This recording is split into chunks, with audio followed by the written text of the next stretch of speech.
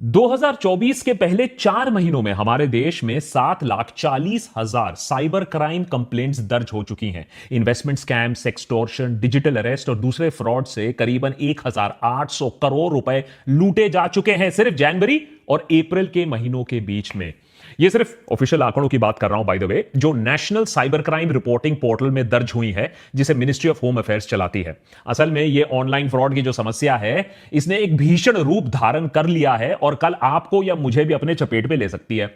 Indian cyber crime coordination centre या I4C के अनुसार मई 2024 में हर दिन 7,000 साइबर क्राइम कंप्लेंट्स रजिस्टर हो रही है। हर दिन 7,000 कंप्लेंट्स। यह आंकड़ा 2021-2023 के तुलना में 113% ज्यादा है। इन सारे क्राइम्स में पैसा मेन मोटिव होता है। 85% केसेस में कहीं ना कहीं किसी न किसी रूप में ऑनलाइन फाइनेंशियल फ्रॉड हो रहा है। पिछले 5 सालों में फाइनेंशियल फ्रॉड्स करीबन 1000% बढ़ी हैं। 2023 में 1 लाख इन्वेस्टमेंट स्कैम्स रिपोर्ट किए गए। मार्केट में नया जो स्कैम आया है डिजिटल अरेस्ट, उससे 120 करोड़ रुपए लूटे जा चुके हैं। ट्रेडिंग स्कैम का तो अलग ही जोन चल रहा है। अनुमान है 1,500 करोड़ रुपए का चूना लग चुका है लोगों का वहां। और एक बार ऑनलाइन स्कैम में आपका पैसा गया तो मिलना वापस बहुत ही मुश्किल होता है। 10% से भी कम केसेस में पुलिस आपकी मदद कर पाती है, आपका पैसा लौटा पाती है। शायद इसीलिए और शर्म के मारे बहुत सारा ऑनलाइन फाइनेंशियल फ्रॉड जो हो रहा है हमारे देश में, उसे रिपोर्ट भी नहीं किया जा रहा है। यह फ्रॉड्स अक्सर हमारी लापरवाही की वजह से भी होता है। जैसे कि व्हाट्सएप पर लिखा शब्द जो होता है, हम उसे भगवान का उपदेश मान लेते हैं कि व्हाट्सएप पर लिखा है, ठीक ही लिखा होगा। या रातों रात पैसा डबल करने की स्कीम में इन्वेस्ट करने के लालच में हम पैसा डाल लेते हैं। और बहुत बार आपकी गलती ना भी हो सकती है। क्यों? जैसे फ्रॉडस्टर्स आपका इंफॉर्मेशन, बायोमेट्रिक डेटा चुरा कर आधार इनेबल्ड पेमेंट सिस्टम या AEPS से पैसा निकाल सकते हैं और आपको खबर तक ना होगी। लोकल सर्कल द्वारा किए गए एक सर्वे में पता चलता है कि पिछले 3 सालों में 47% अर्बन हाउसहोल्ड्स हैं जहां कम से कम एक फाइनेंशियल फ्रॉड रिपोर्ट हुआ है, चाहे वो UPI हो, क्रेडिट कार्ड हो या कोई इन्वेस्टमेंट फ्रॉड हो। 23,000 लोगों का ये जो सर्वे है, इसमें यह पाया गया कि क्रेडिट कार्ड पर अक्सर अनऑथराइज्ड चार्ज किया जाता है या फिर UPI में QR कोड से पेमेंट मिलने के बजाय से पेमेंट हाथ से निकल जाता है। हर दिन क्रिमिनल्स नया नया टेक्निक निकालते हैं हमें लूटने के लिए। बात सिर्फ पैसे की नहीं है। आए दिन सुर्खियों में हमें यह खबर भी दिखने को मिलती है कि कैसे फाइनेंशियल फ्रॉड, एक्सटॉर्शन या इलीगल लोन एप्स के वजह से लोग अपनी जान तक ले रहे हैं। इसीलिए देशभक्त के आज के एपिसोड में हमने यह एपिसोड आपको आगाह करने के लिए बनाया है कि कैसे आपके फैमिली, आपके फ्रेंड्स को आप सुरक्षित रख सकते हो और अपने आप को भी सेफ रख सकते हो इस सबसे बड़े फ्रॉड से। किस किस रूप में आते हैं ये ऑनलाइन फ्रॉड, सरकार क्या कर रही है इस आपदा से निपटने के लिए, और उससे भी ज्यादा आप क्या कर सकते हो अपने आप को सुरक्षित रखने के लिए। बड़े बड़े फ्रॉड्स में नेता, बिजनेसमैन, टैक्स पेयर का पैसा खा जाते हैं, लेकिन ये जो ऑनलाइन फ्रॉड है ना, उससे भी ज्यादा खतरनाक है। ये फ्रॉडस्टर्स आपके बैंक बैलेंस को, आपकी इज्जत को, आपकी जिंदगी तक को खा जाएंगे और डकार तक नहीं लेंगे। और इसीलिए इसे आप रोक सको, आप लोगों को आगाह कर सको, हमने इस वीडियो को एकदम कॉपीराइट फ्री बनाया है। आप इस वीडियो को शेयर करो, डाउनलोड करो, रीअपलोड करो, कोई प्रॉब्लम नहीं है। बस अपने फैमिली, अपने फ्रेंड्स को आगाह करो कि यह देश का सबसे बड़ा स्कैम बन चुका है। देशभक्त की पूरी टीम ने बहुत टाइम लगाकर इस एपिसोड में रिसर्च किया। 6 ऐसे लेटेस्ट या एवरग्रीन ऑनलाइन फ्रॉड्स का पता लगाया जिसके शिकार आप और मैं दोनों हो सकते हैं, और 6 ऐसे सिक्योरिटी मेजर्स के बारे में भी हम बात करेंगे इन अटैक से बचने के लिए। लेकिन उससे पहले आपको यह समझना होगा कि फ्रॉडस्टर्स आज सिर्फ जामतारा में कहीं कोने में बैठकर आपको फ्रॉड करने की कोशिश नहीं कर रहे हैं। आज डिजिटल फ्रॉडस्टर्स बहुत ही केपेबल, टेक्नोलॉजिकली बहुत ही नॉलेजेबल और शातिर क्रिमिनल्स बन चुके हैं। अगर आपके साथ कभी भी फाइनेंशियल फ्रॉड हुआ है तो आप चुप मत बैठो, क्योंकि यही चुप्पी क्रिमिनल्स को और हौसला देती है। अच्छे से अच्छों को इन क्रिमिनल्स ने फांसा हुआ है अपने लेटेस्ट डिजिटल अरेस्ट स्कैम में। मिलिए SP ओसवाल से, chairman and managing director of Vardhman group. आपको लगेगा कि अरे इतना पैसा इनके पास, इतना तजुर्बा है। 82 साल की उम्र में ओसवाल साहब को कोई बुद्धू तो बना नहीं सकता है, लेकिन इनके साथ हुआ 7 करोड़ रुपए का फ्रॉड। जब एक गैंग ने इनके ऊपर एक फेक केस किया, एक फेक वर्चुअल कोर्ट रूम में fake chief justice of India DY Chandrachud के साथ केस की सुनवाई कराई, फेक डॉक्यूमेंट्स क्रिएट करवाए और ओसवाल को 2 दिन तक डिजिटल अरेस्ट में रखा। सुप्रीम कोर्ट से जो फेक डॉक्यूमेंट्स आए, जो ओसवाल को भेजे गए थे उनमें सुप्रीम कोर्ट का एम्बलम, उसका बार कोड, उसका डिजिटल सिग्नेचर सब एकदम असली कोर्ट डॉक्यूमेंट से मेल जोल खाते थे। ओसवाल ने नोटिस का पालन करते हुए अलग अलग अकाउंट्स में 7 करोड़ रुपए जमा कर दिए। चलो, बिजनेसमैन को उल्लू बनाया, लेकिन साइंटिस्ट को भी। मध्य प्रदेश के इंदौर में डिपार्टमेंट ऑफ एटॉमिक एनर्जी में काम कर रहे साइंटिस्ट को फ्रॉडस्टर्स ने डिजिटल अरेस्ट किया, 71 लाख रुपीस उनसे लूट लिया। नोएडा में 79 साल के रिटायर्ड मेजर जनरल के साथ भी यही हुआ। 5 दिनों तक डिजिटल अरेस्ट, 2 करोड़ रुपए उनसे ऐंठ लिए गए। नोएडा में ही एक डॉक्टर पूजा गोयल को फ्रॉडस्टर्स ने डिजिटल अरेस्ट किया, इस आरोप में कि उनके नंबर से अश्लील वीडियो सर्कुलेट हो रहे हैं। 60 लाख रुपए उनसे भी ऐंठ लिए। तो एक बात तो क्लियर है कि फ्रॉडस्टर्स कोई स्पेसिफिक किसी को टारगेट नहीं कर रहा है, कोई टीजी नहीं है। सीनियर गवर्नमेंट ऑफिसर हो सकता है, रिटायर्ड गवर्नमेंट ऑफिशियल हो सकते हैं, बिजनेसमैन, डॉक्टर, यहां तक कि पीजी स्टूडेंट्स तक को बख्शा नहीं गया है इन ऑनलाइन स्कैम से। फॉर एग्जाम्पल, अहमदाबाद में 27 साल की महिला को सेंट्रल एजेंसीज के अफसरों ने फोन कर कर बताया कि उनके नाम का एक पार्सल है जिसमें ड्रग्स पाए गए हैं और उनके खिलाफ एक्शन होने वाला है। डिजिटल अरेस्ट के दौरान एक सीबीआई ऑफिसर ने उन्हें अनड्रेस करने को कहा, जिससे उनके बर्थ मार्क्स को आइडेंटिफाई किया जा सके। साथ ही साथ उनके सारे पैसे फ्रॉडस्टर्स ने ट्रांसफर करवा लिए। तो इतना कॉन्फिडेंस आ चुका है आजकल ये ऑनलाइन फ्रॉडस्टर्स में। डिजिटल अरेस्ट उस साइबर क्राइम टेक्निक का नाम है जहां फ्रॉडस्टर्स वीडियो कॉल के जरिए लॉ इन्फोर्समेंट एजेंसी के अफसर बन के आपके सामने आते हैं। आपका क्राइम कुछ भी हो सकता है, लेकिन 2 बहुत कॉमन क्राइम्स आजकल हमें दिखने को मिलते हैं। आपके नाम का पार्सल, उसमें ड्रग्स मिला है, या फिर आपके नाम से रजिस्टर्ड मोबाइल फोन जिससे इलीगल काम हुआ है, फिरौती हुआ है, टेररिज्म हुआ है, या ऑब्सीन मटेरियल सर्कुलेट हुआ है आपके नंबर से जो आधार से लिंक्ड है। अगर विक्टिम इस बात को मान लेता है तो फेज 2 डिजिटल अरेस्ट, जहां आपको अपने घर में कैद कर दिया जाता है और आपको अपने डिवाइस के सामने होना होता है। आपके डिवाइस का कैमरा बंद नहीं किया जा सकता है। बेसिकली आइडिया फ्रॉडस्टर्स का यह है कि आपको इंटेरोगेट करेंगे और आप किसी से हेल्प नहीं ले सकते हो क्योंकि आपको कैमरा के सामने बैठना है। फाइनली वही होता है जो इन सारे केसेस में जनरली हमें देखने को मिलता है। सेटलमेंट की बात आती है और फिर आप एक मोटी रकम चुकाते हो अपनी जान बचाने के लिए, अपनी इज्जत बचाने के लिए। आजकल तो स्कैमस्टर्स पेमेंट क्रिप्टो करेंसी या गिफ्ट कार्ड में भी डिमांड करने लगे हैं, जिससे उन्हें ट्रैक करना और भी ज्यादा मुश्किल हो जाए। लेकिन ये सारे फ्रॉड्स नहीं होते अगर विक्टिम्स को एक छोटी सी चीज मालूम होती कि डिजिटल अरेस्ट नाम की कोई चीज है ही नहीं हमारे लीगल सिस्टम में। लेकिन शायद हमें पुलिस और लॉ इन्फोर्समेंट का इतना डर, इतना खौफ बैठा हुआ है कि हम डिजिटल अरेस्ट का नाम सुनकर ही सरेंडर कर देते हैं। अब Indian cyber crime coordination centre ने बाकायदा एक नोटिस, एक प्रेस रिलीज जारी किया है जिसमें नागरिकों को आश्वासन दिया गया है कि लॉ इन्फोर्समेंट एजेंसी, सीबीआई हो, पुलिस हो, कस्टम, ईडी, जजेस हो, आपको वीडियो कॉल के जरिए कोई अरेस्ट नहीं कर सकता है। और अगर आपके पास कभी भी बाय द वे ऐसा कॉल आए तो उन्हें बोलो कि कम से कम घर आकर आपको नोटिस दे, घर आके आपको अरेस्ट करे। अरे डिजिटल इंडिया का मतलब इतना थोड़ा ही ना कि आप आलसी बैठ जाओ और सब कुछ ऑनलाइन ही करना शुरू कर दो। लेकिन डिजिटल अरेस्ट से बच भी गए तो क्या?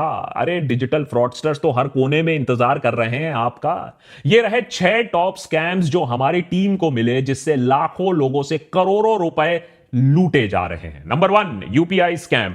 डिजिटल इंडिया और यूपीआई के चलते हमारी जिंदगी तो आसान हुई है, लेकिन साथ ही साथ डिजिटल फ्रॉडस्टर्स की भी जिंदगी आसान हो गई है। 2022-2023 में करीबन 1 lakh UPI based frauds report किए गए हैं। अगर आप सतर्क ना रहे तो डिजिटली आपका पैसा गायब हो सकता है बहुत आसानी से। साथ ही साथ क्यूआर कोड्स के मामले में थोड़ा सावधान रहना पड़ेगा। क्यूआर कोड कहां से स्कैन कर रहे हो, किसे पेमेंट दे रहे हो, यह थोड़ा भापना जानना जरूरी है। जैसे कि फॉर एग्जांपल अगर नहीं करोगे तो हाईटेक सिलिकॉन सिटी बैंगलोर में 41% रिपोर्टेड साइबर क्राइम इंसिडेंट्स होते हैं, वो क्यूआर कोड स्कैम से रिलेटेड होते हैं। तो इतना कॉमन हो चुका है क्यूआर कोड का मिसयूज। Number 2, sextortion. बहुत ही भयानक रूप है हमारे टेलीकॉम रेवोल्यूशन और सस्ते मोबाइल फोन और सस्ते डेटा रेट्स का। स्कैमर्स लोगों को वीडियो कॉल करते हैं। बहुत बार अनजाने में लोग ऐसा अननोन नंबर से फोन उठा लेते हैं। दूसरे एंड में एक महिला अश्लील हरकतें करते पाई जाती हैं। जब तक आपको समझ में आता है कि यह मामला कुछ गड़बड़ है, तब तक आपकी वीडियो बन चुकी होती है अश्लील हरकतें करते हुए। उसके बाद हमारी सदैव तत्पर पुलिस से आपको एक फोन आता है कि आपके खिलाफ ऑब्स्सेनिटी का केस दर्ज हो गया है और आपको अरेस्ट किया जा सकता है। सबूत के दौर पर आपका अश्लील वीडियो इस महिला के साथ आपके सामने पेश किया जाता है। इस समय इंसान ठंडे दिमाग से यह नहीं सोचता है कि हमारी पुलिस इतनी तत्पर कब से हो गई। अगर यह सच में ऐसा होता तो हमारा देश तो सेफेस्ट कंट्री फॉर वुमेन होता पूरी दुनिया में। फिलहाल इज्जत और नाक बचाने के लिए हम मामले को सेटल कर देते हैं पैसा देकर। आप भी खुश, स्कैमस्टर भी खुश। तीसरा बड़ा फ्रॉड, टेलीग्राम फ्रॉड। घर बैठे बैठे पैसा किसको कमाना नहीं अच्छा लगता? क्यों एडिटर है? आजकल एडिटर बोल रहा है कि अरे सीधा फाइल घर ही भेज दो, घर में बैठ के एडिट कर दूंगा, ऑफिस आने की क्या जरूरत है? लेकिन ऐसे स्कीम ना बहुत ही चौंका देने वाले हैं, और ऐसे स्कीम जो ऑफर करते हैं वो फ्रॉड ही होते हैं। पहला होता है व्हाट्सएप पर आपको एक जॉब ऑफर आता है। उसके बाद टेलीग्राम ग्रुप में आपका नाम ऐड कर दिया जाता है, जहां आपको बिग बॉस की तरह अलग अलग टास्क दिए जाते हैं, जैसे सोशल मीडिया प्लेटफॉर्म्स पे जाओ, वीडियो को देखो, व्यूज बढ़ाओ, लाइक करो वीडियोस को। पहले आपको आपके काम के लिए छुट्टर पैसे, थोड़ा बहुत पैसे भी मिल जाएंगे, आपका ट्रस्ट बढ़ जाएगा। फिर किसी कारण हेतु, जैसे कि ट्रेनिंग की है या फिर आपको ज्यादा बिजनेस मिलेगा, उस एक्सक्यूज पे आपको उल्टा पैसा जमा करना होता है। एक बार आपने मोटी रकम जमा की, बंदा गायब आपके पैसे के साथ। नंबर 4, एआई की दुनिया बहुत चकाचौंध है। मानवता एवोल्यूशन की अगली पायदान पर चढ़ रहा है एआई के साथ। क्रिमिनल्स ने बोला हम क्यों पीछे हट जाएं, तो उन्होंने भी एआई की मदद से लोगों को अब गधा बनाना और उनसे पैसा निकालना सीख लिया है। किसी के बेटे का एक्सीडेंट हो गया है, वो हॉस्पिटल से कॉल कर रहा है, पैसे की गुहार लगा रहा है, कैसे मना करोगे आप? किसी की बेटी को पुलिस ने होटल के रूम से नग्न अवस्था में अरेस्ट कर लिया है, और अगर आपको बचाना है अपनी बेटी को तो सेटलमेंट के पैसे निकालो अभी के अभी। आपको उसकी आवाज तक सुनाई दे रही है फोन पर, पीछे मदद मांग रही है वो। अगर वो घर पर बैठकर टीवी ना देख रही होती तो आप बात मान भी लेते, आप पैसे दे भी देते। कुछ लोग बच गए, लेकिन लाखों लोगों, लाखों पेरेंट्स ने, लाखों रिश्तेदारों ने पैसा ऐसे निकाला है। और जो आवाज उन्होंने सुनी होती है, जिस पर विश्वास करके वो पैसे निकालते हैं, वो असली, ऑलमोस्ट असली ही आवाज होती है। सॉफ्टवेयर की मदद से, एआई की मदद से आप आज के डेट में किसी की आवाज को कॉपी कर सकते हो और फिर उस आर्टिफिशियल आवाज से कुछ भी बुलवा सकते हो। मिशन इंपॉसिबल में टॉम क्रूज ये सालों से करते आए हैं, लेकिन अब क्रिमिनल्स रियल लाइफ में ये कर रहे हैं एआई की मदद से, और आपको लूट रहे हैं। Number 5, link based cheating. देखिए, हर स्कैम को एआई की जरूरत नहीं है, कटिंग एज टेक्नोलॉजी की जरूरत नहीं है। कभी कभी हमारी जो कमजोरी होती है, फ्रॉडस्टर्स के लिए सबसे बड़ा वरदान वही होता है, ह्यूमन वीकनेस। जैसे हमारा लालच। सबको चाहिए एक फ्री में प्राइज, और व्हाट्सएप पर जो कुछ आता है वो तो 100% ट्रू होता है। तो व्हाट्सएप पर आ गया एक लिंक, आपने उस लिंक को क्लिक कर लिया और लिंक में मिला आपको एक शानदार प्राइज। फ्री। बस फ्री सुनकर आपकी तो लार टपक गई। अब ये फ्री प्राइस के लिए आपको थोड़े डिटेल्स भरने, आपका एड्रेस भरना है, आपका आईडी प्रूफ भरना है, और कभी कभी प्राइस इतना बड़ा हो सकता है कि उसके लिए आपको अपना सारा बैंक डिटेल भरना हो, थोड़ा टैक्स का पैसा देना हो, शिपिंग का फी भी भरना हो। ये सारा पैसा आपने दिया, प्राइस आपको कभी मिला नहीं, और पैसा जो था वो भी निकल गया। और अगर ज्यादा अनलकी हुए तो बैंक का पासवर्ड भी दे दिया, तो बैंक अकाउंट भी खाली। Number 6, OTP scam. सरकार ने स्कैम्स को रोकने के लिए और आपको बचाने के लिए 2FA बहुत जगह कंपलसरी कर दिया है। 2FA यानी टू फैक्टर ऑथेंटिकेशन, यानी आपके फोन पर ओटीपी के बिना कुछ भी प्रोसेस नहीं होगा। अब फ्रॉडस्टर्स फिर से एक कदम आगे, ओटीपी के पीछे पड़ जाते हैं, उसे निकालकर आपके बैंक अकाउंट, डिजिटल वॉलेट्स और दूसरे सेंसिटिव इंफॉर्मेशन को एक्सेस करने की कोशिश करते हैं। इसीलिए वो आपको आपके फोन में बैंक अकाउंट रिप्रेजेंटेटिव बनकर आ जाते हैं, ई कॉमर्स साइट ऑपरेटर बनकर आ जाते हैं, अक्सर सरकारी अफसर बनकर आपको फोन कर देते हैं। अब आप ये नहीं सोचते हो कि सरकारी दफ्तर में अफसर ना मिला, लेकिन सरकारी अफसर आपको फोन पर आकर आपसे सारी इंफॉर्मेशन ले रहा है? आप भी दे देते हो, हाँ ठीक है सरकारी अफसर है, बिना सोचे समझे आपने ओटीपी दिया और आपके पैसों का हो गया स्वाहा। इन स्कैम से आपका कितना नुकसान हो सकता है, देश के नागरिकों का कितना नुकसान हो सकता है, आप सोच भी नहीं पाओगे। फॉर एग्जाम्पल मैं आपको बताता हूं, 2014 से लेकर 2023 के बीच में इंडियन बैंक्स में 65,000 फ्रॉड केसेस डिटेक्ट किए गए। 4.65 लाख करोड़, जी हां 4.65 लाख करोड़ का घपला हुआ करीबन 10 सालों में। आज बैंकिंग रेगुलेशंस और सॉलिड हो रही हैं तो ये स्कैम्स थोड़े कम हो रहे हैं, लेकिन उधर डिजिटल फ्रॉड्स और भी ज्यादा बड़े हो रहे हैं। तो सोचिए 5 लाख करोड़ तक हम बात कर रहे हैं, पोटेंशियल है ऐसे स्कैम्स का। तो सरकार इस सब मामले में क्या कर रही है? देखिए, गंभीरता तो है सरकार की तरफ से, ऐसी बात नहीं है, सरकार रिकॉग्नाइज कर रही है ये एक प्रॉब्लम है, लेकिन ग्राउंड पर एक्शन इतना नहीं है कि फ्रॉड्स कम हो जाए या फ्रॉडस्टर्स के दिलों में कोई खौफ हो। सरकार ने एक ऑनलाइन सस्पेक्ट रजिस्ट्री लॉन्च की है जिसमें 12 लाख साइबर क्रिमिनल्स का डेटा स्टोर्ड है। इस रजिस्ट्री को states, union territory, central investigating agencies, intelligence agencies इस्तेमाल कर सकती हैं साइबर क्राइम को कंट्रोल करने के लिए। उधर national cyber crime reporting portal NCRP के जरिए साइबर क्राइम रिपोर्टिंग और रेजोल्यूशन को बेहतर बनाने की कोशिश की गई है। एनसीआरपी को अभी हर दिन 67,000 कॉल्स आती हैं साइबर क्राइम रिलेटेड क्वेश्चन से। तो सोचिए, लोगों में भी इतना डर है अभी कि इस हेल्पलाइन में लोग फोन करके पता लगा रहे हैं कि उनके साथ भी फ्रॉड हुआ है या नहीं। और Indian cyber crime coordination centre I4C ने अभी तक 2,800 करोड़ डिफ्रॉडेड मनी है, ये जो स्कैम्स का पैसा है, ये वापस दिया है करीबन 8.5 लाख विक्टिम्स को। तो कहीं ना कहीं एक शुरुआत की गई है, लेकिन इस शुरुआत से ज्यादा कुछ नहीं हो पाएगा जब तक ना आप इसमें साथ दोगे। कैसे? सबसे पहले तो आप एक काम करो, अगर आपके साथ कभी भी साइबर क्राइम हुआ है तो आप इमीडिएटली इसे रिपोर्ट करो। www.cybercrime.gov.in ये एक ऑफिशियल पोर्टल है जहां आप इसको रिपोर्ट कर सकते हो, सरकार आपकी मदद कर सकती है। आप 1930 पर फोन कर सकते हो, नेशनल साइबर क्राइम हेल्पलाइन है। लेकिन किंतु परंतु अगर आप चाहते हो कि बात रिपोर्टिंग तक ना आए, बात सरकार तक ना पहुंचे, फिर बात गुहार तक ना आए कि भैया आप बोलो कि मेरा पैसा किसी तरीके से लौटा दो, तो आपको ही चौकस रहना होगा। हाल ही में एक खबर वायरल होती है। मुंबई में एक ऑटो में एक पुलिस ऑफिसर घुस आता है सडनली और एक महिला से 50,000 रुपए की मांग करता है। महिला का गुनाह क्या है कि वो ऑटो में बैठकर वेप कर रही थी। देखिए, स्मोकिंग वेपिंग तो वैसे में अच्छी बात नहीं है, लेकिन सवाल यह है कि यह बिना यूनिफॉर्म का ऑफिसर कौन है, 50,000 का डिमांड क्यों कर रहा है। महिला ने सोचा कुछ तो गड़बड़ है, ये ऑफिसर नहीं है। उसने वीडियो बनाना शुरू कर दिया और वीडियो बनते देख पुलिस वाला वो भाग निकला। अब खबर यह आ रही है कि उस पुलिस वाले को अरेस्ट कर लिया गया है जो फेक ऑफिसर था। कहने का मतलब यह है कि आपको प्रोएक्टिव रहना होगा। ये डर के नहीं बैठो कि पुलिस का नाम जैसे ही सुना है रिटर जैसे, हां, डर के नहीं बैठना, आपको डरना नहीं है। 90% केसेस में साइबर फ्रॉड में पैसा वापस नहीं मिलता, याद रखिए। तो डर गए, जो डर गया वो मर गया। हां, अगर बैंकिंग चैनल से पैसा आपका निकलता है तो तुरंत बैंक को जाकर रिपोर्ट करो। अगर बैंक की नेग्लिजेंस की वजह से आपका अकाउंट कॉम्प्रोमाइज हुआ है तो बैंक आपको पूरा पैसा वापस देगी। लेकिन याद रखिए, अगर अनऑथराइज्ड ट्रांजैक्शन 7 दिन बीत चुके हैं और उसके बाद जाकर आपने रिपोर्ट किया तो बैंक की लायबिलिटी काफी कम हो जाती है। फिर बैंक की पॉलिसीज ही काम आएंगी, सरकार आपको वहां मदद नहीं करेगी। तो सबसे पहले तो चौकस रहना होगा ट्रांजैक्शन को लेकर, अगर आपके ऊपर कोई धमक रहा है उसको लेकर। Point number 2, prevention is the best cure. अरे सीधा सीधा प्रिवेंशन करो। Have an apple a day.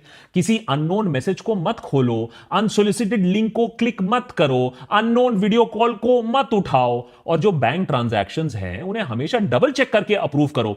अगर कंप्यूटर पर एंटीवायरस नहीं है, चलो वहां भी पैसा बचाना चाहते हो कोई बात नहीं, कम से कम अपने बैंक स्टेटमेंट्स को रेगुलर स्कैन करो। हर ट्रांजैक्शन पर एसएमएस अलर्ट लगाओ और ओटीपी 2 फैक्टर ऑथेंटिकेशन के बिना कुछ भी काम नहीं करने का। जो बात व्हाट्सएप पर आपने आज तक नहीं सीखा, कम से कम वो रियल लाइफ में सीख लो कि कोई भी क्यूआर कोड जो आपको दिखता है उसे ब्लाइंडली ट्रस्ट नहीं करने का। कोई भी पेमेंट लिंक जो आपको दिखता है उसे ब्लाइंडली पे नहीं करने का। किसी भी पेमेंट जहां दे रहे हो, देखो किस गेटवे को इस्तेमाल कर रहे हो, किस सॉफ्टवेयर को इस्तेमाल कर रहे हो, और मल्टी फैक्टर ऑथेंटिकेशन का आप इस्तेमाल करो। जैसे कि आप में क्रेडिट कार्ड में भी अगर ओटीपी है तो उसको इनेबल करो। और जो ट्रस्ट का फैक्टर है ना, इतना भी ट्रस्ट मत करो। हर अननोन नंबर को उठाने की जरूरत नहीं है। आपकी कॉलेज की गर्लफ्रेंड को अगर आपसे पैचअप करना होगा तो कोई और तरीका उसको मिल जाएगा। हर कॉल उठाने की जरूरत नहीं है। उठाओगे तो फिर आपका भी डिजिटल अरेस्ट हो जाएगा। और अगर पार्सल में ड्रग्स निकले तो इमीडिएटली फोन काटो और जिस कंपनी से वो फोन आया था ड्रग वाला, उस पार्सल कंपनी को खुद फोन करो और पता लगाओ कि कहां भैया तुम्हारा थाईलैंड में ड्रग पकड़ा गया है। सरकार इतने सालों से हर चीज के लिए आधार मांगती आई है। बर्थ से लेकर डेथ सर्टिफिकेट के लिए, बैंक अकाउंट खोलने से टॉयलेट जाने के लिए आधार की जरूरत होती थी। लेकिन अब नया फॉर्मूला यह है कि आपको अपना आधार नहीं दिखाना है। जी हां, पहले दिखाना था, अब आपको नहीं दिखाना है, क्योंकि आपका आधार नंबर से ही आपके ऊपर फ्रॉड हो सकता है। तो जितना अपना डेटा प्रोटेक्ट कर सको उतना डेटा प्रोटेक्ट करके रखो। और जितना अपना पर्सनल इंफॉर्मेशन है, अपना फैमिली इंफॉर्मेशन है, हर चीज इंस्टाग्राम पे डालने की जरूरत नहीं है। थोड़ा सा अपने जो प्राइवेट इंफॉर्मेशन है उसे कंट्रोल में रखो, क्योंकि फ्रॉडस्टर्स ये भी देख रहे हैं कि आपका बेटा कब बाहर जा रहा है, कब छुट्टी पे जा रहा है, और फिर आपके पास आएगा पुलिस से फोन। नंबर 4, थोड़ा सा अवेयर होने की जरूरत है। मुश्किल है, लेकिन अगर बिग बॉस के घर में क्या हो रहा है ये आपको खबर है, तो टेक्नोलॉजी की दुनिया में भी क्या हो रहा है उसी खबर आपको रखनी पड़ेगी। प्रॉब्लम यह है कि हर दिन फ्रॉडस्टर्स नए नए तरीके खोज रहे हैं। अब हमें तो अपडेटेड रहना होगा। For example, SIM swap scam, ये क्या होता है? इससे हैकर्स आपके सिम को रिमोटली डुप्लीकेट कर सकते हैं और आपका सारा इंफॉर्मेशन चुरा सकते हैं। इसीलिए रेगुलर पासवर्ड चेंज करना भी एक वाइटल सिक्योरिटी टूल है। ओटीपी स्कैम से भी जरूर आपको बचना चाहिए कि ये जो आपका जो पर्सनल फाइनेंशियल डिटेल है कभी फोन पर नहीं शेयर करना।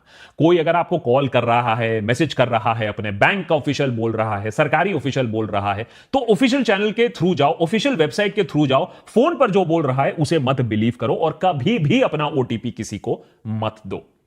लास्टली, जो शेडी एप्स हैं ये एक नया चीज बन रहा है, क्योंकि हम सोचते हैं कि ऐप इंस्टॉल कर लेंगे, किसी ने मेहनत से ऐप बनाया होगा तो ठीक ही होगा, लेकिन ऐसे एप्स इंस्टॉल मत करिए। ओनली ऑफिशियल एप्स इंस्टॉल करिए। ऐप स्टोर, प्ले स्टोर में जिसकी अच्छी रेटिंग हो, कोई अननोन ऐप को मत इंस्टॉल करिए, क्योंकि एक बार आपने ऐप इंस्टॉल कर लिया अपने फोन पर तो वो बहुत सारी परमिशंस ले लेता है, कैमरा से लेकर, माइक से लेकर, आपके दूसरे पासवर्ड से लेकर।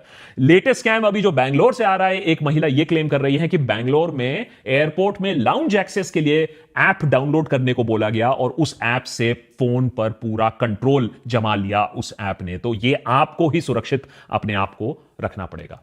जैसे कि मैंने एपिसोड के शुरुआत में बताया, ये एपिसोड बिल्कुल कॉपीराइट फ्री है। आप इसे डाउनलोड करिए, आप इसे शेयर करिए, आप इसे रीअपलोड करिए, मुझे फर्क नहीं पड़ता है, लेकिन अपने फ्रेंड्स, अपने रिलेटिव्स को यह बात समझाइए कि यह देश का बिगेस्ट फ्रॉड है।